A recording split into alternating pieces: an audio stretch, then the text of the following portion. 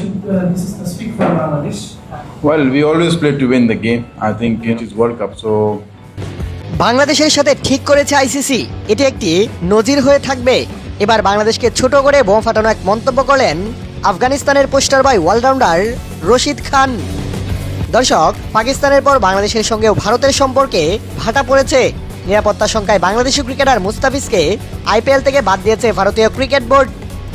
এরপর একই কারণে আসন্ন টি-20 বিশ্বকাপ খেলতে ভারতে যাচ্ছে না বাংলাদেশেও। একই ঘটনায় পাকিস্তানও বিশ্বকাপ বয়কট করতে পারে। বাংলাদেশ টি-20 বিশ্বকাপ খেলা নিয়ে একে একে মন্তব্য করছেন বড় বড় ক্রিকেট বোদ্ধারা। এবার সুদূর আফগানিস্তান থেকে বোমা ফাটানো এক মন্তব্য করলেন আফগান অলরাউন্ডার রশিদ খান। তিনি অবশ্য বাংলাদেশকে বিশ্বকাপ থেকে বাদ দেওয়ায় আইসিসিকে পূর্ণ সমর্থন জানিয়েছেন। আজ আফগানিস্তানের এক সংবাদ বিজ্ঞপ্তিতে মুখ খুলেছেন আফগানিস্তানের পোস্টার বয় রশিদ খান।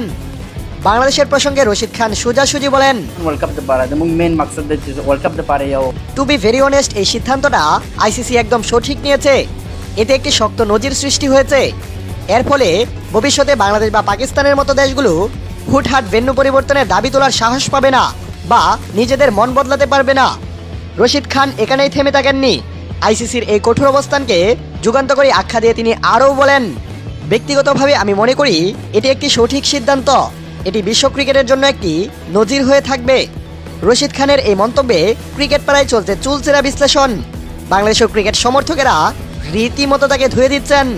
প্রিয় দর্শক, রশিদ খানের এই মন্তব্য কি তবে বাংলাদেশ আফগানিস্তান মাঠের লড়াইকে আরও প্রতিহিংসামূলক করে তুলবে?